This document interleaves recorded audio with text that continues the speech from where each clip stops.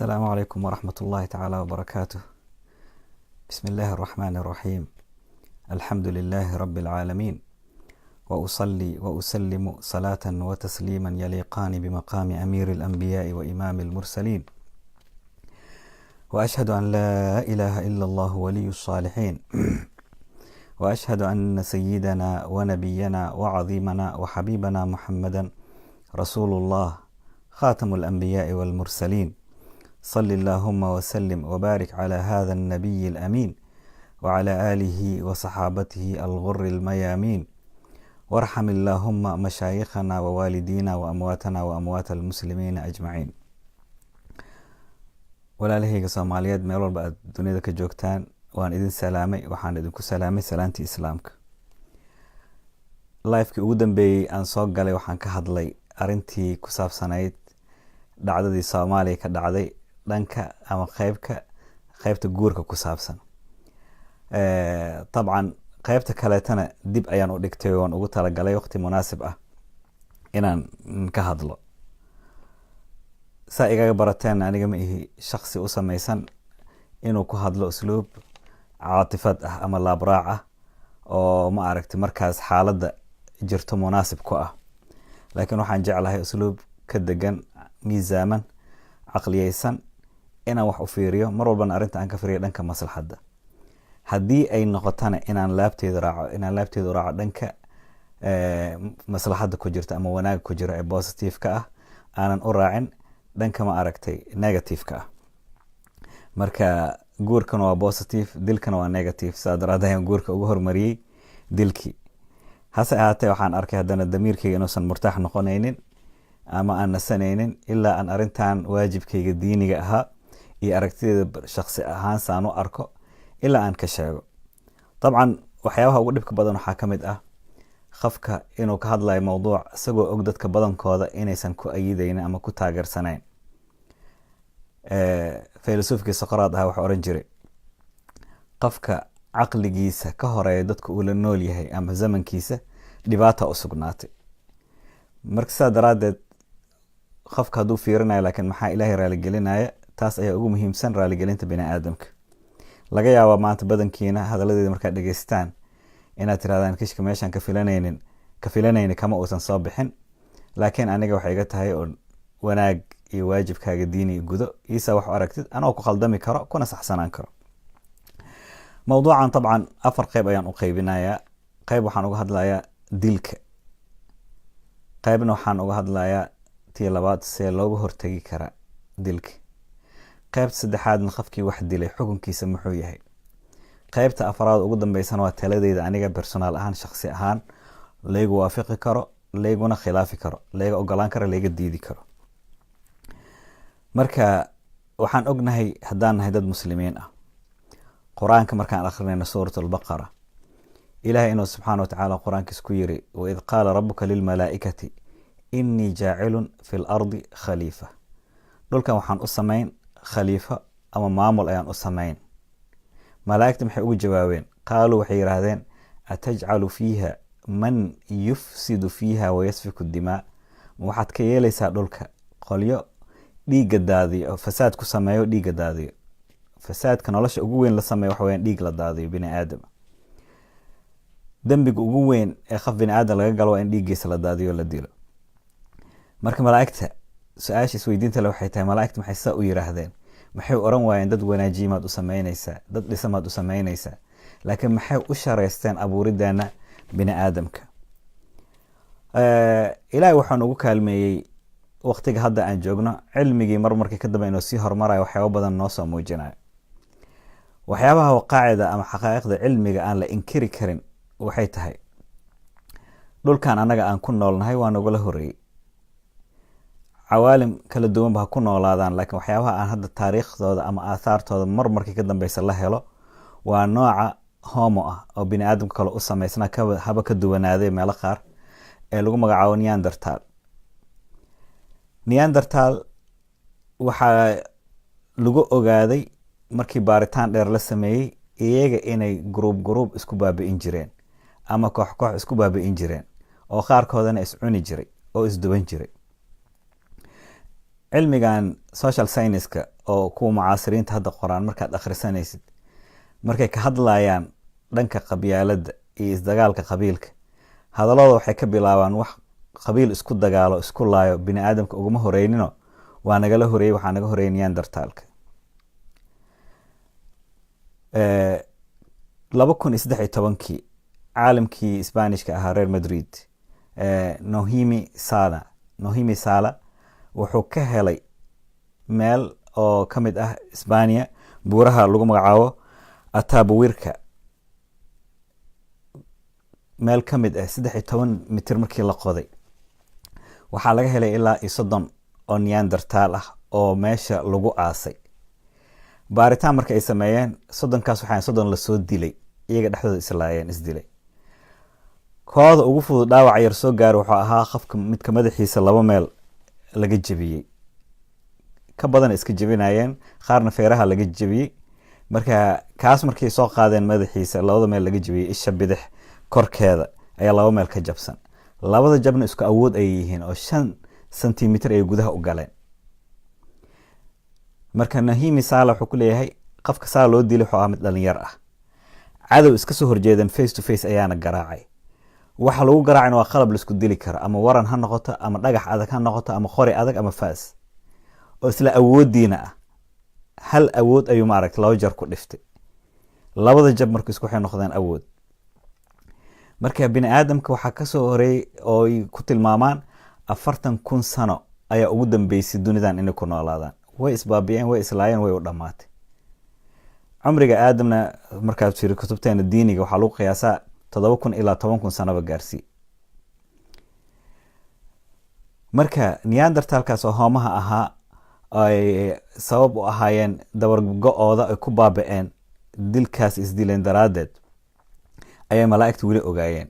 markaasay yidhahdeen atajcalu fiiha man yufsidu fiiha wayasfiku dimaa, ma kuwa halayo dhiig daadiyo ayaad dunida u samayn doontaa.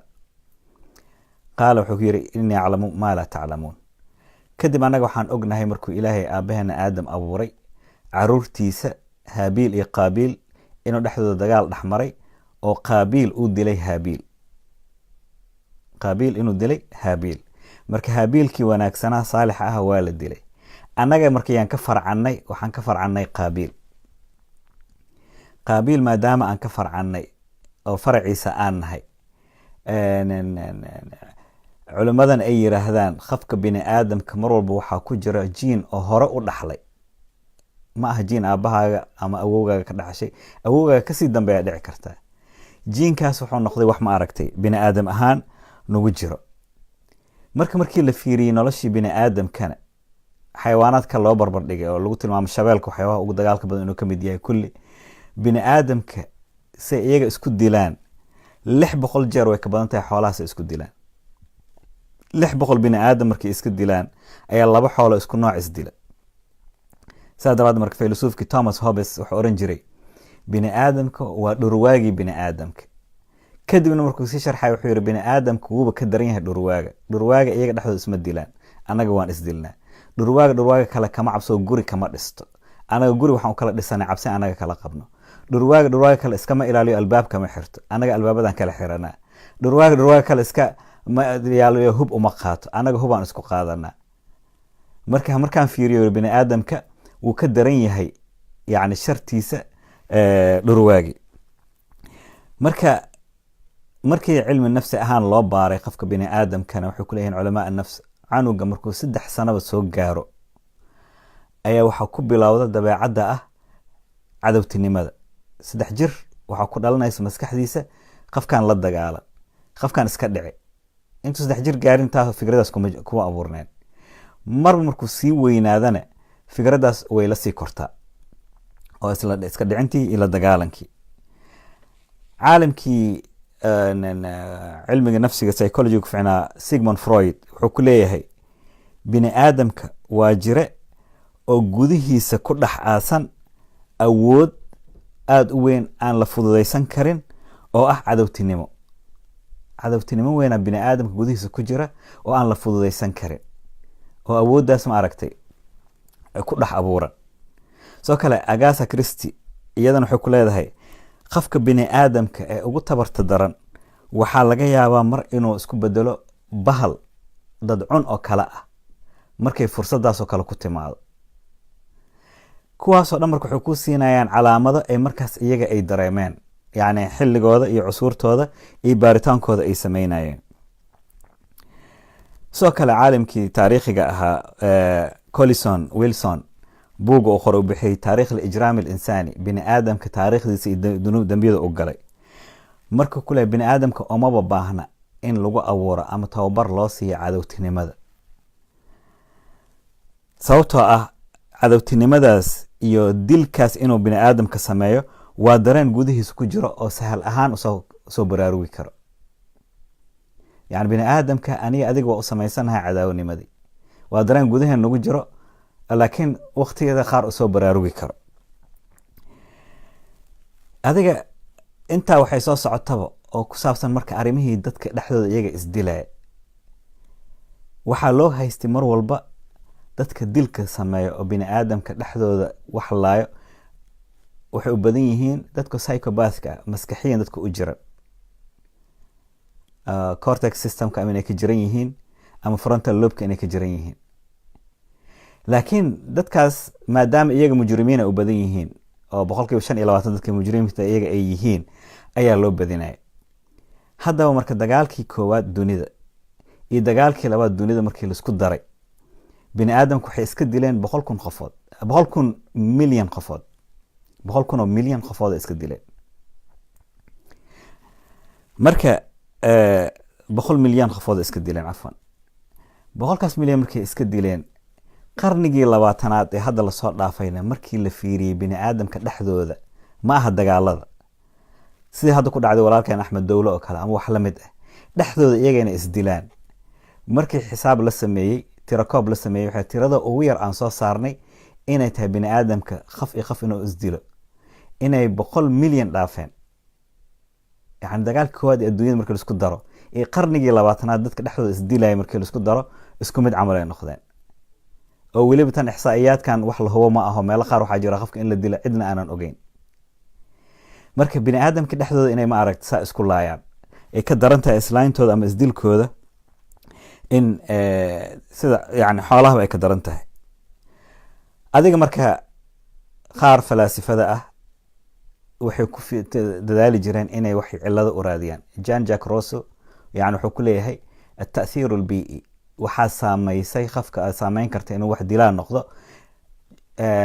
cimilada uu ku nool yahay. meesha uu ku nool yahay meel loo badan yahay dadkan isdilaan, isagana waxaa u fududaanaya dilka inuu sameeyo. taas nooca ma dhinac uu ka saxsan yahay. xataa waxaa la qaba taas Alberto Bandora soo kale wuu la qaba aragtada isagana. laakiin markii loo fiiriyey oo xataa cilmi nafs tatawuri dadka qabeen oo ka mid ahaa Imbrozola oo talyaaniga ahaa, kulligood waxay qabeen dadka waxaa wax dilo inay yihiin mujtamaca bilowga ah, dadka Afrika ku nool, dadka baadiyaha ku nool, dadka aan maaragta horumarka gaarin, dadka waxa taas ayay u qabeen. marka qarnigan anaga hadda casrigan hadda ku jirno, markii baaritaankii uu sii batay ee la sii baaray, dad waxaa soo baxeen xaqiiqadii muujinaya. sida caalimadii Mareykanka ahayd Carol Holden 18 sano markaan baariyay tiri dilaayaasha dadka wax dila, 18 sano baaritaan marka aan sameeyey waxaan ogaaday dadka wax dilo aniga iyo adiga inaan nahay, wax farqi inaan noo dhaxaynin. sababtoo ah dadka psychopathka qaba ee lagu tuhmaya iyaga inay dilaayo yihiin, maskaxiina u jiran yihiin, waxay noqdeen markii dadka tirada wax dilay la fiiriyey 3% ilaa 5%. 95% waa aniga adiga dadka wax dila. marka jiinkii ayaa weli ma aragtay dareemaysaa inuu shaqaynayo. haba noqoto umana gaar ah yiraahdeen dowladaha dadka wadamada dambeeya kulli meel walbo dilka uu ka dhaca. kadib waxaa yimid David Empas, isagana 7 sano ayuu baaritaan sameynayay, kadibna buug qor u bixiyay dilaaga waa diriskaaga. faalasha FBI du fiiriyay ilaa 5,000 qofood oo thaqaafaad aqoon kala duwan, jinsiga kala duwan ayuu wareysi la yeeshay. marka 91% raggii waxay u bateen inay yiraahdaan waa ku fikireen inaan wax dilo. dumarka ayaa aada ugu tira yaraa kuwa ku fikira inay wax dilaan. marka David Empas marka midda wuxuu ku gabagabay ku dhameeyay buugiisa, wuxuu ku leeyahay haddii aan galno safar oo qoto dheer aan ku dhex safarno maskaxda bini aadamka, waxaa inoo soo baxaysa qofka bini aadamka caqligiisa gudaha bartamaha inay dhex fadhido fikradda wax dil. annagoo dhan waa dhaxal aan soo dhaxalnay. wallahi waxaa laga yaabaa walaalayaal dadkii maanta dilay walaalkeena Axmed Dowlo dhowr bilood ka hor haddii la oran lahaa qof ma gubi lahayd ama qof ma dil lahayd, inuu ku yirahdo acuudu billah, ilaahay ima qadir aan bini aadam aan dilo. saa adiga hadda oo la yaaban tahay inuu qof wax dilay ayaa laga yaabaa adigana dilaa noqotid, isma ogtihid. sababtoo ah maskaxdaada gudaheeda bahalkaas oo wax dilka ah wuu fadhiyaa. waqti walba baraarugi karaa. waxaa arkaysaa professor wax dilay, waxaad arkaysaa lawyer wax dilay, judge wax dilay, nin jaamacad haysta oo wax dilay, nin caalim diini ah ama baadari ha noqdo ama muslim ha noqdo oo wax dilay. marka dilaagii waxaan noqonay anigii adiga iyo isagii iyada. kulligeenaba waxaan nahay dad gudahooda maskaxdooda gudaha dhex fadhido fikradan wax dilka ah. anagoo dhan wayna dhex fadhidaa. way saameyn kartaa sida Jean Jacques Rousseau iyo Alberto Bandura ay sheegeen environment-ga inuu door ku leeyahay kuu fududaynayo waxyaabihii. laakiin xaqiiqatan anagoo dhan waa xambaarsannahay fikraddii. marka sidaa daraaddeed sidee looga hortegi karaa qofka inuusan noqonin wax dila? labada wax ugu weyn ee looga hortago bini aadamka inaysan wax dilin waa labo qaanuun ee lagu magacaabo waasic iyo raadic. waasic waa mid gudaha ka soo go'o qofka. waasicaasa wuxuu noqon karaa laba midkood. waasicun caqli, caqligaaga inuu saramaro ee ka adkaado dareenka lagu magacaabo free will. ogow ilaahay subxaana wa tacaala markuu ku abuuray ee waxyaabo qaarna waajibaad kaaga dhigay, waxyaabo qaarna kaa reebay, awood ayuu ku siiyey tan inaad waajibka ku samaysid, awoodna wuxuu ku siiyey wixii kaa reebay inaad diidid.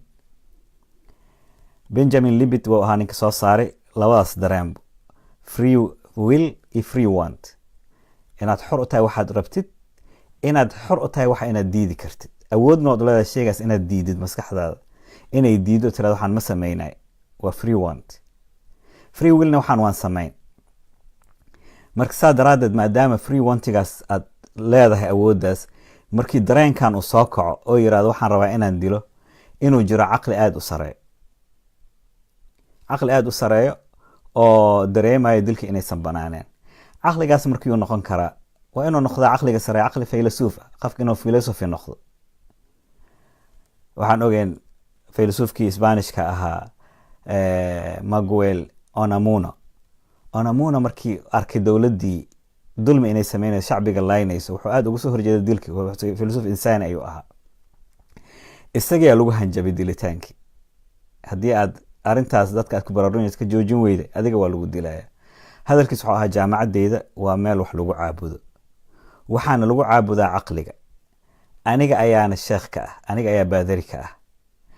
caqliga intuu jirana nolosha way jirtaa, anigana waa noolahay xataa haddaad jirkayga dishaan. laakiin waxaad i disheen maalinta caqliga dishaan. caqliga mar haddii la dilo noloshana waa disheen, nolol ma jiri doonto. anigana markaasaan dhintay. marka madaxda dad ay lacag soo siiyaan in mudaaharaad sameyn, waxaa lagu mudaaharaya waxay ahayd caqliga ha dhinto, noloshana ha dhimato, geerida ha noolaato. marka caqliga saa u sareeyo filosofiga ah waa caqliga dareemayo dilka inaysan maslaxa ku jirin. xataa Socrates oo qarnigii afraad nabi ciise ka hor jiri jiray, wuxuu hadalladiisa waxaa ka mid ahaa dil waxaa xal u arka dadka caqliga gaaban. qofka caqli yari ayaa u geystay inuu wax dilo, xal ayuu u arka. laakiin qofka caaqilka mar walba dil xal uma arkay, xuluul kaloo raadiya. marka dadko dhan falaasifo ma wada noqon karaan. xataa cilmi walba maadi haddaa baratid oo cilmi falsafo aadan xambaarsaneen, bini aadamnimadaada mar walba khatar ayay ku jirtaa. annaga waxaan ognahay casrigan hadda inuu jiro Samuel Benjamin Harris oo caalimka acsaabka aada u weyn, caalim weyn maadi ah oo mulxid ah. haddana hadaladiis waxaa ka mid ahaa, faylasuuf ma aha, hadaladiis marka waxaa ka mid ah inuu yiri muslimiintoo dhan haddii lagu baabi'inayo atomic bomb ani waxba kama qabo. ma hal qof hala dilo, 2 qofood hala dilo, dad 2 bilyan ku dhow hala baabi'iyo ani waxba kama qabo, waan ogolahay. limaada? faylasuuf ma aha, waa nin caalim maadi wax bartay. laakiin waxaa arkaysaa opposite inuu ku ahaa masalan Bertrand Russell, isagana wuxuu ahaa faylasuuf oo mulxid ah. haddana markuu arkay xaaladda inay xun tahay oo bambooyinkan cobal la sameeyey oo dadka sahal ku baabi'inayso, wuxuu yiri tan xal ma noqoto. ani xal waxaan u arkaa yiri dadka marka si nolosha u badbaado diinta islaamka in la qaato. waa diin caalamka u timid oo haddana ma aragtay bini aadamnimadana tixgelinayso. sababta Bertrand Russell iyo Sam Harris labadaba mulxidiin, laakiin midkaana waa faylasuuf, ninkaana ma aha. marka sadrad Leo Tolstoy wuxuu ku leeyahay dadku way ku yar yihiin dad cuqalaa ah, waana runtii. dadka dhan marka falaasifo ma wada noqon karaan. marka waasica labaad ee bini aadamka ka reewayo maxay tahay inay wax dilaan? waa waasica diiniga, diinti. diimihii ayaa waxay ka hor imaanayaan awooddan kugu jirto oo ah wax dil. dadkii marka haddii lagu tarbiyeyn lahaa dilka inuu yahay dembi ilaahay laga galo, dembiga ugu weyn, haddii laga soo gudbo shirkiga, maanta waxaa laga yaabi lahaa qofka inuu ka u boqo aakhiradiis. mar haddii dadka damiirkooda la geliya aakhiraa jirta, janno ayaa jirta, naar ayaana jirta. kii dilaa ahna wuxuu gelayaa naarta. saa daraaddeed marka waxaa arkaysaa qur-aanka inuu meelo badan uga hadlay arrintaas. arrimahaas markii laga aamuso sharti way soo baxaysaa. Martin Luther King wuxuu oran jiray qofka sharoolaha ah sharta ma sameeyo ilaa kan khayrka wada markuu khayrkiisa la aamuso. dadka sharta sameynaya shar ma sameyn lahayn haddii qofka khayrka wada dadka khayr uusan ku tarbiyeyn lahayn. laakiin raggii khayrka waday haddii khayrkii dhankaas ay ka aamusaan, waxyaabo kale aan micno lahayn ay xoogga saaraan, laga doodo waxyaabo aan saa u weyneen, laakiin arrintii nafsadii aan xoogga la saarin oo laga hadlin, dhibkeeda ayay leedahay. marka quraaniyan markaa u fiirinaysid, ilaahay aayado badan ayuu dilka uga hadlay. walaa taqtulu nafsa alatii xarama allah, hadilina nafsadii ilahay xaaraanka yeelay. aladiina laa yadcuuna maca allahi ilaahan aakhar walaa yaqtuluuna nafsa alatii xarama allahu ila bilxaq. yani kuwii ilaah kale aan la baryaynin, la caabudaynin, nafsadna aysan dilaynin.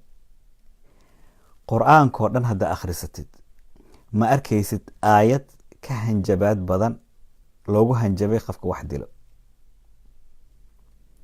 aayad ka hanjabaad badan ma arkaysid. ilahi wuxuu leeyahy waman yaqtul mu'minan mutacamidan, qofkii dilo qof mu'min ah oo si cada u dilo ugu talagalay, ma oranin jazaauhu, fa ayuu ka hormariyay. fa litacqiib alfawri waan, isla markiiba abaalkiisa ma oranin fanujziihi, waan ka abaalmarinaynaa ma oran. nujziihi waa ficil, verb waan, ficilkan wuu isbedelaa. laakiin jazaa waa magac weyn, isma bedelayo.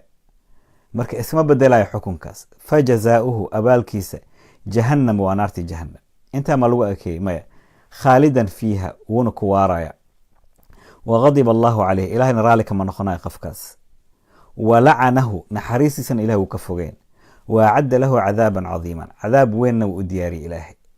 bal qur-aanka ka soo saar aayad qof saa loogu hanjabay aan ahayn dilaaga. waman yaqtul mumina mutacamidan fajazaauhu jahannam khaalidan fiiha waqadiba allahu calayh walacanahu waacadda lahu cadaaban cadiima. ilahi wuxuu u diyaariyey cadaabtii weyneed. axaadiista nabigana markaa usoo degtid boqolaal axaadiis. nabigan wuxuu ku lehay ijtanibu 7 almuubiqaat, iska ilaaliy, ka fogaada 7 waxyaabood ee dadka halaagayo.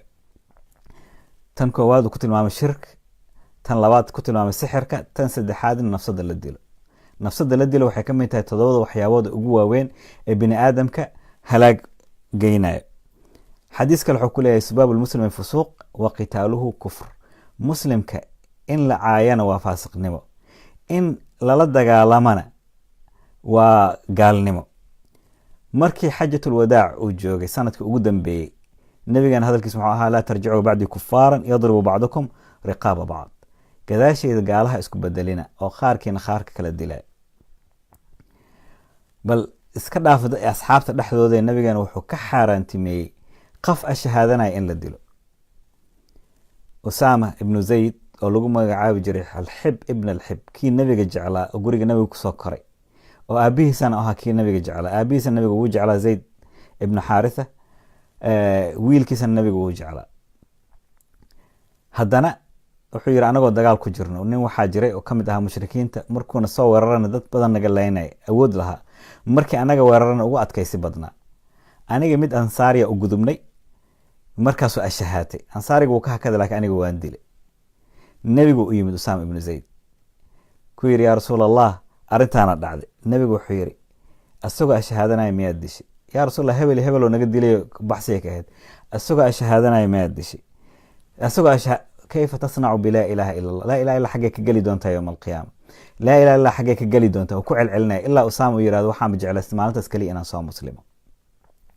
saxaabigii kale nabiga u yimid, ku yidhi yaa rasuul allah, ka warnuu yidhi cadowgeyga haddaan iska hor nimaano, waa dagaal islaam iyo gaalada ku dhex jiraan weya, oo isagana seeftiisa la soo baxo aniteeda aan la soo baxo, oo gacanta iga jaro, kadibna dagaalka isagoo socda aniga fursad aan u helo isaga seefta inaan ka qaato, aan rabo inaan dilo, kadibna geed inuu igaga gambaday cadowgii, gacantuu iga jaray, geed ayuu ku gambaday, wuu ashahaatay, maxaan sameeyaa?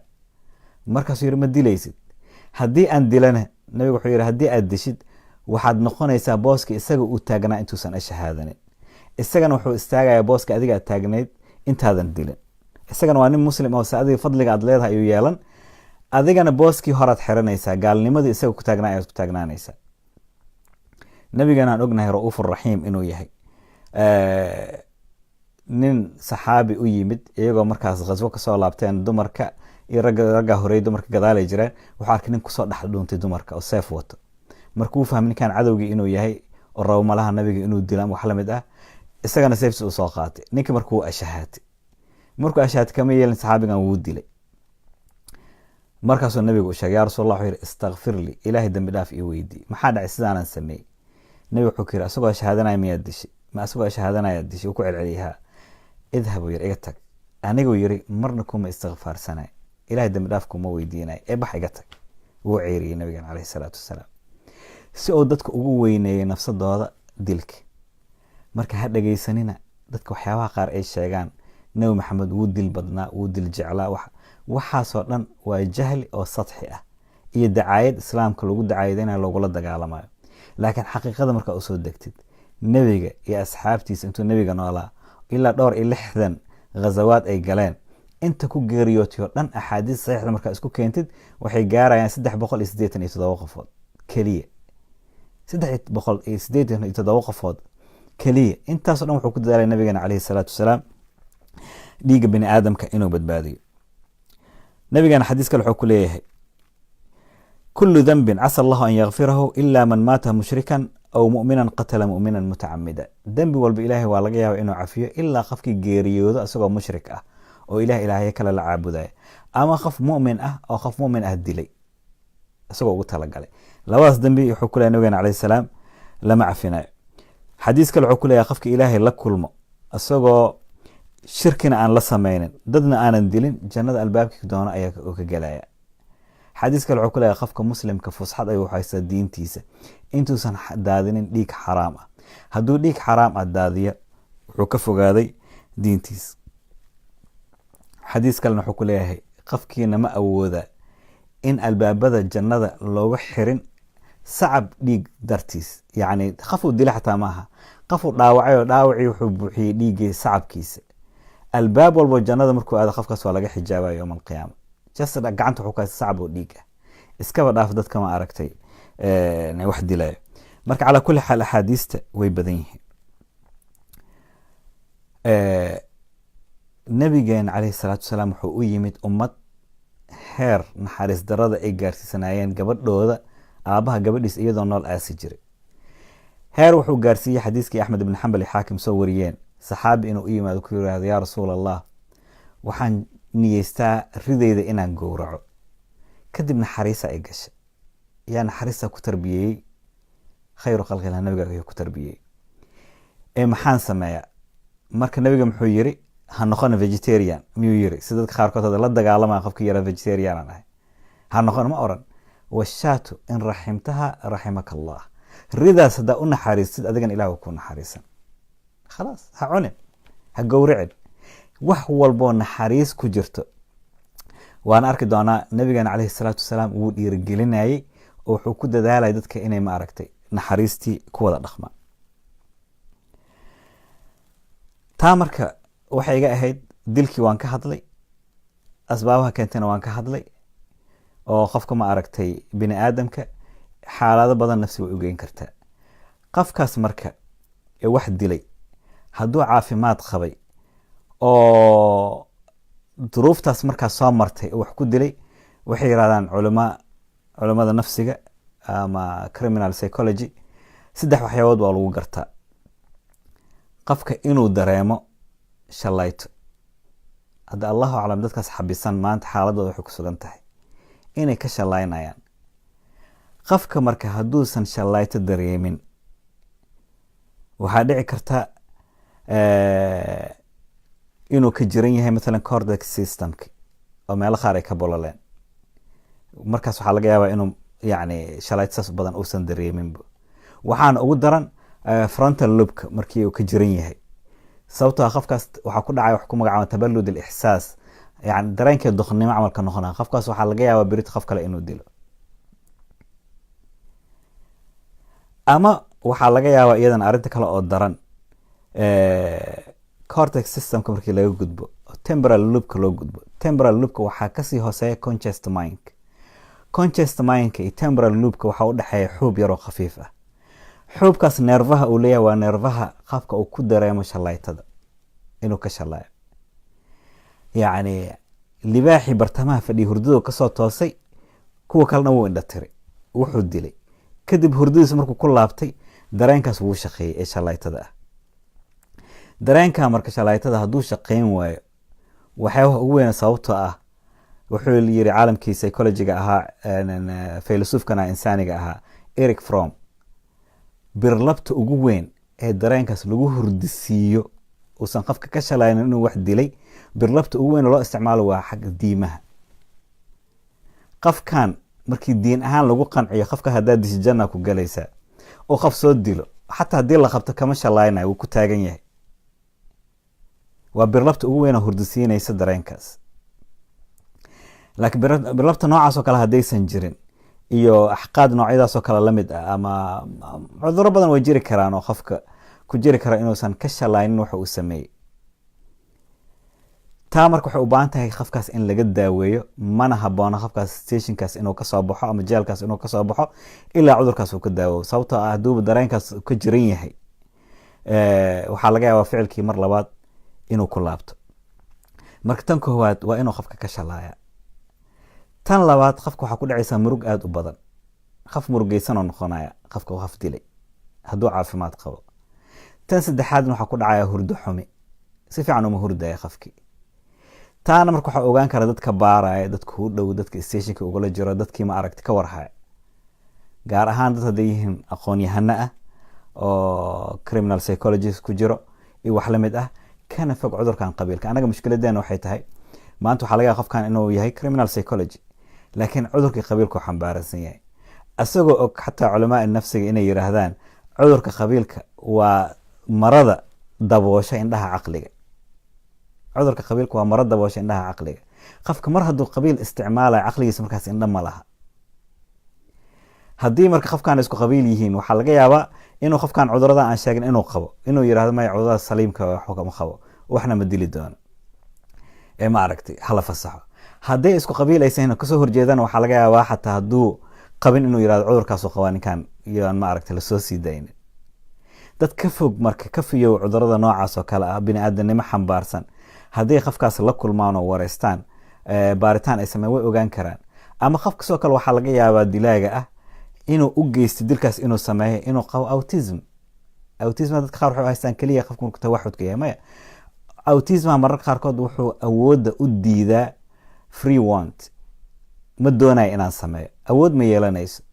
qofka autistiga waxyaabo qaar niyadiis kusoo dhacda. waxaa laga yaabaa qof iska caadi inuu yahay, shaqadiisa aado, wax barto, laakiin autistic uu yahay. marka waxyaabahaas markay niyadiis kusoo dhacaan, qaybtaasa shaqada joojinaysa, wixii uu sameyn. qofkaasna waxyaabaha waa la iska yaqaanaa cilmada waxyaabaha lagu ogaado waxaa kamid ah qof u badan inuu cidlo ahaado, asxaab badan ma yeesho, waxyaaba qaar si xigmadaysan uguma jawaabo. waxaa laga yaaba keligiis isagoo joogo in aragti iska qoslay wax qosol lasoo xasuusto, ama wadada isagoo socdo waxyaaba qosol lasoo xasuusto, ama bas inaad isla saarantihiino wejigiisa aad ka dareemaysa inuu qoslayo. yani waxyaabahaas calaamaadka lagu ogaaday kamid tahay qofka inuu autistic yahay. noocaasoo kale markuu yahay waa laga filan karaa inuu ma aragtay inuu dil la yimaado. marka qofka hadiisan waxyaabahaas laakiin uusan xambaarsaneen oo sifaadkan aan sheegay uu yahay, waa qof adiga oo kale ah oo dhibkan caaridadan soo martay ee wax dilay. taa waa tii ma aragtay labaad. tan saddexaad marka aan rabo inaan sheego waxay tahay xukunka dilaaga. waxaan ognahay oo badankeena ku raaxaysanayna maanta kale inay maqlaan diinteena islaamka waxay qabtaa qofka hadduu wax dilay xukunkiis waa in la dilaa.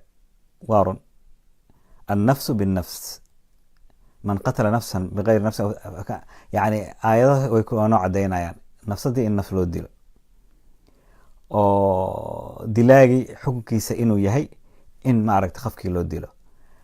gaar ahaan dilaaga hadduu isticmaalay waxyaabahan cudurdaar lahayn. yani afarta madhab abi xaniifa, maalik iyo shaafici, axmed ibn xambal waxay qabaan qofka hadduu dab isticmaalo qofkan uu gubay waa qof 100% ugu talagalay inuu dilo, oo shibhi camdi lama oran karo. hadduu biyo yar dhexgeliyey, waxaan cudurdaar kale u samayn kari lahayn, laakiin tan oo kale haddayba gubid ay noqoto cudurdaar malaha qofkan waa wax qof dilay. taa waa mid. haddii dadka wax dileen ay group ay yihiin, hal qof ay wada dilaan, ijmaaca culammada ku jirta afarta madhab waxay qabaan groupkaasoo dhan in la wada dilo, hal qof isu wada tagaan. waxay kasoo qaataan qisadii ugu horeysay dhacday waagii cumar ibn al-Khattab radiyallahu can, yemen sanca, oday safar aaday, xaaskiisana wuxuu ugu tagay wiilo isaga dhalay laakiin qof kale u dhashay. safarka intuu ku maqnaa nin kale isjeclaadeen, waxay bilowday odageeda inay u gogol dhaafto.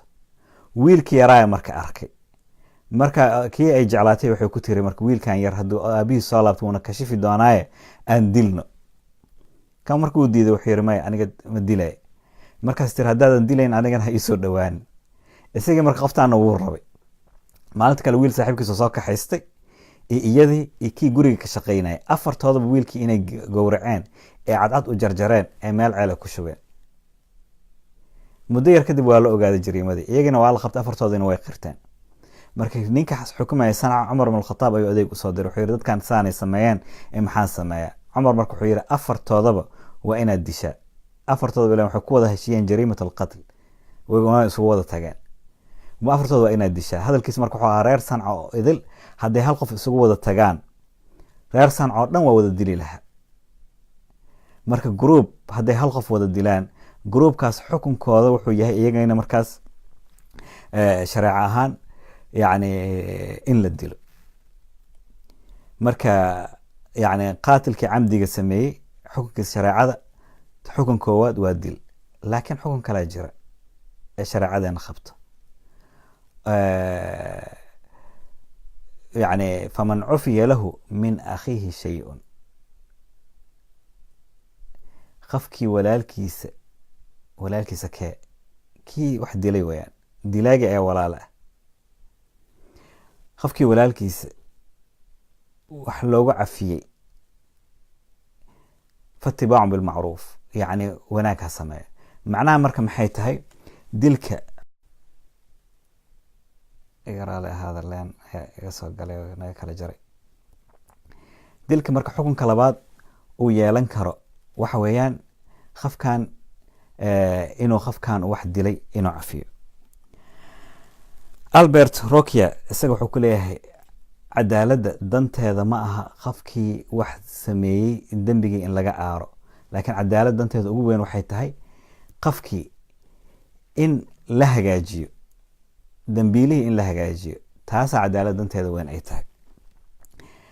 xadiiskii soo wariyey imaam axmed ibn xambal, tan marka tan dambeysana waa aniga hadda kolleyba yani ra'yigayga shakhsi ahaan aniga kishki ahaan shakhsiyan waxaan qabaa dadkan yaan lagu degdegin dilkooda. waa bini aadam khaladkan ka dhacay, haddii ma aragtay duruufaha aan sheegna u geysatay ay ka shalaayeen ay ka caafimaad qabaanna in laga shaqeeyo heshiisiinta.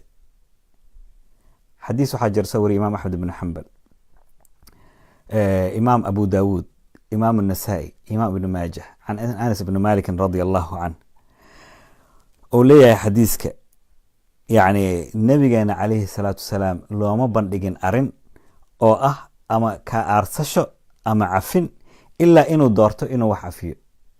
arin ayaa loo soo bandhigayay, arintaan oo ah qofkan ama waa in laga aaraa la dila ama waa in la cafiya. nebigu wuxuu dooran jiray cafinta. aniga marka tusaalahayga ugu weyn nolosha waa khayru khalqillah nabigeena maxamed calayhi salaatu wassalaam. nebigu wuxuu u janjaaray dhanka cafinta. haddii aad usoo daadegtid siiradii nabigeena maxamed calayhi salaatu wassalaam, siirada intaa usoo daadegina haddaad qur-aanka ahaan u fiirisid, qur-aanka waxaa arkaysaa meelo badan inuu naxariis ilaahay ku amrayo.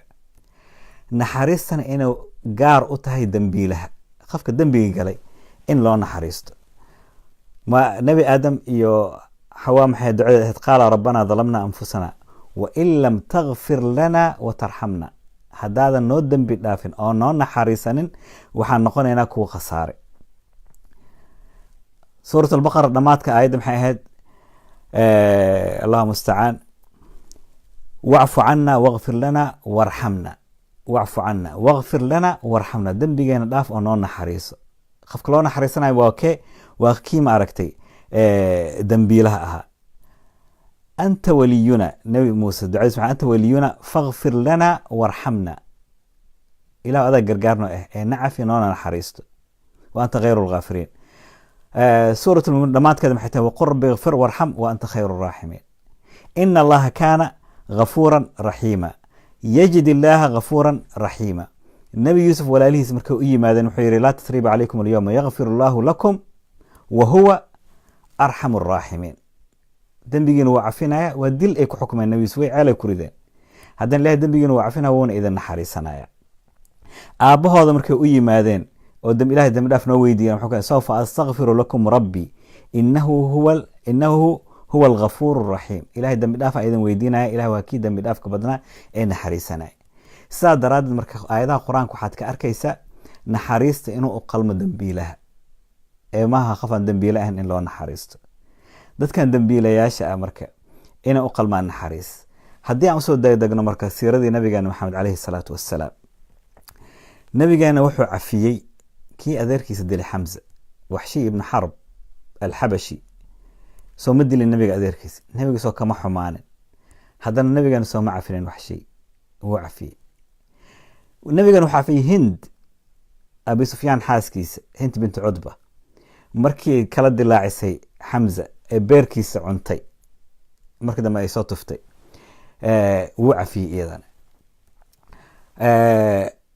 waxaa laga yaabaa marka inaad tiraahdid kaas adeer iska ahaa, laakiin markii hilibkaaga u yahay way ka duwan tahay. qofka hilibkaaga waxa kugu dhow waa caruurtaada. caruurta iyo waalidkaaga yani waxaad jeceel qalbi u jiraa caruurtaada. waalidkaaga iyagaa ku jecel, adigana caruurtaada waa jeceshahay. saa daraad ilahay kuma amray caruurta inaad baari u noqotid, inaad wanaajisid, sababtoo jeceelkooda kugu abuuray. laakiin waalidkaaga inaad wanaajisid waa lagu amray, soo ma aha. nabigeena gabadhiisa zaynab iyadoo xaamilo ah oo bilihii dambe ku jirto, ninkii dilay yani geeli ay saarneed didiyey yuu ahaa habaar ibn alaswad.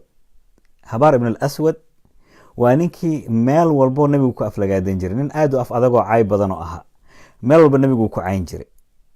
habaar ibn alaswad waa ninkii oran jiray quraysh oo dhan hadday muslimto weligay lagama yaabo inaan muslimo. meel walba cadowtinimada nabigeena calayhi salaatu wasalaam ku xambaarsanaa. gabadhii nabiga iyo cunugeeda buu isla dilay. kadib nabigeena markuu fatxi maka la gaaray ee maka uu furay, yani waa waxyaabaha uu la yaabay caalimkii Washington Irving. uu yiri qisada keliya fatxi maka waxay ku cadaysay maxamed inuu rasuul ahaa.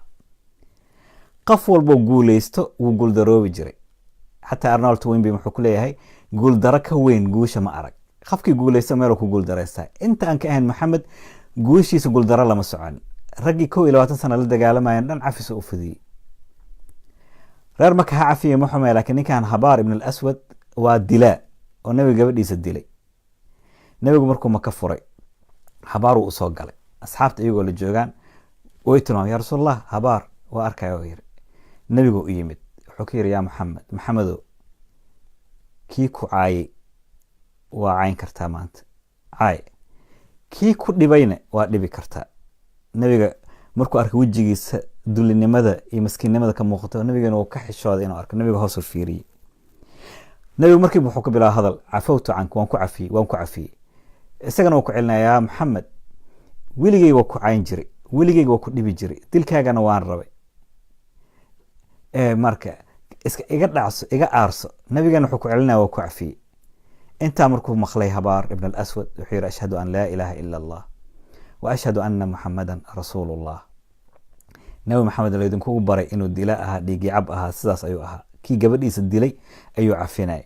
Habaar wuu ashahaatay, wuxuu yiri, yaa rasuulallah, anigoo qorsheynayo inaan dhulalkan Faris iyo Rum u cararo, waxaan soo xasuustay naxariistaada badan ee cafiskaaga badan ee dadka isaga saamaxdid, raja ay gashay inaad cafisid. saa daraad ayaan kugu imid, cafis aan ku weydiistay. nabigeena Habaar ibn al-Aswad oo dilay gabadhiisa ayuu cafiyey. intaa maxaa kasii weyn? waxaa kasii weyn qofkii ku dilay. nabigeena Maxamed calayhi salaatu wassalaam wuxuu cafiyey kii isaga dilay. maxaa ka wadaa kii isaga dilay? Washington Irving wuxuu ku leeyahay, waxaan aad u akhristay dad badan oo taariikhda isbedel weyn iyo door weyn ku leh. weli ma arkin uu yiri qof ka geesisan kana kalsooni fiican Maxamed calayhi salaatu wassalaam. nabi Maxamed wuxuu ku yiri, iyagoo dagaal ka soo laabtay oo geed hoos isagoo jiifo, seeftiisana ay u suran tahay, ayaa nin usoo dhuuntay. usoo dhuumanayay, wuxuu yimid nabi Maxamed korkiisa, seeftii nabigana gacanta ayuu ku dhigay. nabiga ayuu saaray, wuxuu yiri, yaa Maxamed, man yamnacuka mini, iga kaa celinaya maanta. khalaas, ninkan wuu waa nabiga inuu dili karo. seeftiina uu soo qaatay, galkeedana uu ka bixiyey, dil ayuu rabaa. nabiga 3 jeer wuxuu ku celceliyey, allah allah allah. intaa markuu yiri, ilaah qudradiisa, seeftii gacantii ninkan way ka dhacday. nabigana gacanta markii uu seefta hore ka qabtay, isagana markaasuu saaray, wuxuu yiri, hadda adiga iga kaa celinaya. ninkan ilaahay ma rumaysna, mushrik weeyaan. ninkii marka rabadee wuxuu yiri, alcaf, waxaan ka codsanaya inaa cafisid. nabiga wuxuu yiri, cafawtu canka, waan ku cafiyey. markiiba dilaagii, adiga imagine marka, yacni qofka u yimid adiga inuu ku dilo, aad gacanta ku dhigtay, si sahal ku cafinaysaa. hadduu isaga uu ku dili lahaa qofkaane.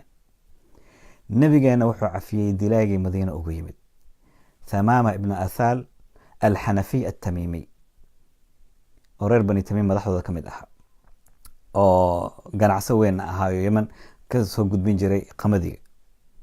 Madiina ugu yimid, Thamaama markaa asxaabta gacantay ku dhigeen, isagoo seeftiisa wato oo go'aansada nabiga inuu dilo.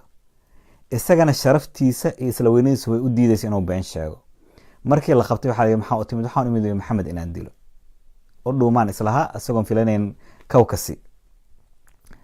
nabiga markii loo sheegay isagoo ku xiran masaajidka oo arkay hadalka uu ka bilaabo nabiga Maxamed calayhi salaatu wassalaam, ninkan wuxuu u yimid nabiga inuu dilo, gacanta lagu dhigo inuu xirxiran yahay, waa inaan dilna soo ma aha. wuxuu raashin ma u siiseen, raashin ma u keenteen. dhageysta marka nabigeena oo lagu tilmaamay inuu naxariis lahayn, dadka leen jiray, dilaagiisu leeyahay raashin ma siiseen. markaas asxaabtu way yaabeen. ibn Mas'uud ku yiri, marka bax gurigeyga aad raashin u keen.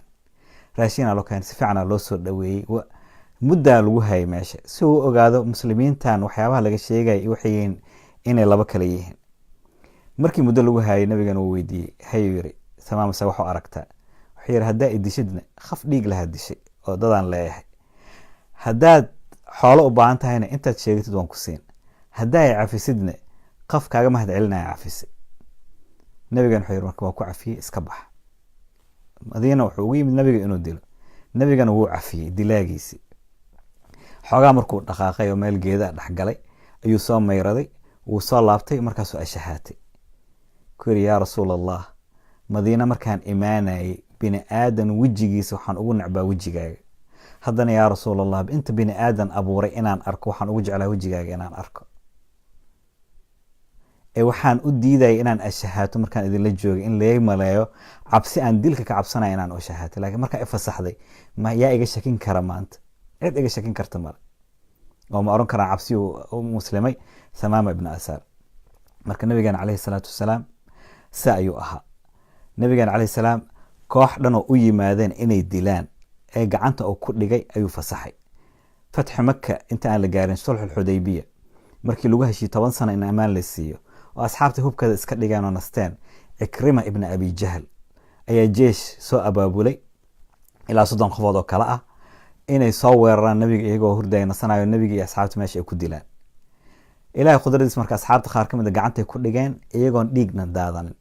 marka waxaa dareemaysaa asxaabta in lagu tarbiyey dhiigga bini aadamkana iska ilaaliyaan. hal qof dhiiggiisa ma aysan daadinin, 30koodana gacantay ku dhigeen. markaasaa nabiga loo keenay iyagoo xirxiran. wuxuu yiri wax hadda cahdi naga dhexeeya ma jira? mayay dhaheen, sababtoo cahdiga annagaa jibinay. dilkiina cid uga eedan karta ma jira? mayuu yiri. markaas xargaha ka furo, marka iska fasaxa. nabigeena sidaa ayuu ahaa, dilayaashaas ayuu fasixi jiray. Ikrima ibn Abi Jahl taa kuma ekaanina fatxi Makka markii la gaaray haddana 50 qofood diyaarsaday oo nabiga sii fasaxay. dadku u sii sheegay kii gurigiisa galo, kii guriga Abi Sufyaan galo, kii Kacbada galo, kii hubka iska dhigo ammaanu naga helaa, dagaal uma socona anaga. Ikrima 50 qofood diyaarsaday inay nabiga la dagaalamaan. Khalid bin Walid oo ku soo baxay wuu ceersaday. Ikrima markii dambe wuu baxsaday, wuxuu ogaaday tii horan asagoo la badbaadiyay, haddana tanna waxaan sameeyay inuusan baxsan karin. marka dhanka Jiddo soo aaday. xaaskiisa nabiga u timid markay maqasho wanaagiis, ku tiri yaa Rasuulallah, waxaan ka codsanaa Ikrima inay cafisid. waa ku cafiyo yiri, ha ku soo laabto. ma oga meelo ka jiro odageeda, farxad daraadeed bilowday kaligeed inay soo baxdo raadiso. waxay ugu timid xeebta Jidda asagoo taagan oo raadinaya yani doon safrayso inuu dibadda iska aado. tiri waxba ma ogtid, Maxamed nin cafis badan wuuna ka cafiyay adiga. marka Ikrima fiir isla weynaysa arkaysa markii nabigu u yimaadeen oo ku yiri yaa Muhammad, yaa Rasuulallah, ma yaa Muhammad, Maxamedow, akhbaratni haadihi, xaaskiisa xataa wuu yasaya, khaftaan waxay ii sheegtay inaad i cafisay, marunba hayroon ku cafiyay nabigeena calayhi salaam. markaas kadib waa Ikrima ibn Abi Jahl markuu soo muslimay.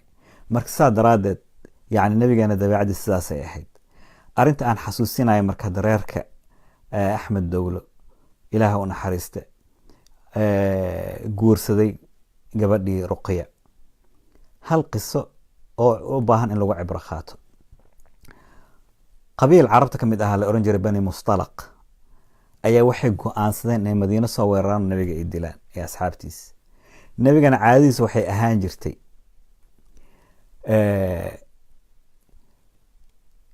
in qolyihii soo weerari rabay isaga inuu ugu hormaro, iyagoon filnayn oo ka dul tagayay, iyagoon hubkooda haysanin, si dhiig badan u daadan. way isdhiibayaan marka, ilaan hub ma haystaan, diyaar ma aha. si ay uga hortagay way isdhiibeen, waa lasoo wada qafaalay, Madiina la keenay. nabigu waxaa ku adkaatay dadkan inay xirxirnaadaan oo Madiina ay joogaan. xal xigmad leh wuxuu arkay kii iyaga xukumayay gabadhiisa Juwayriya bint al-Xaaris inuu guursado. nabigeena Juwayriya guursaday. maxaa dhacday? asxaabtuna oo isku laabteen, waxay yiraahdaan waxaan dadka aan gacanta ku hayno waa nabiga sadohyaashii, qaraawadiisii, dumaashiyaashiis. marka ceebna uma aha nabiga dumaashiyaashiis inaan xumayno, aan iska fasaxna.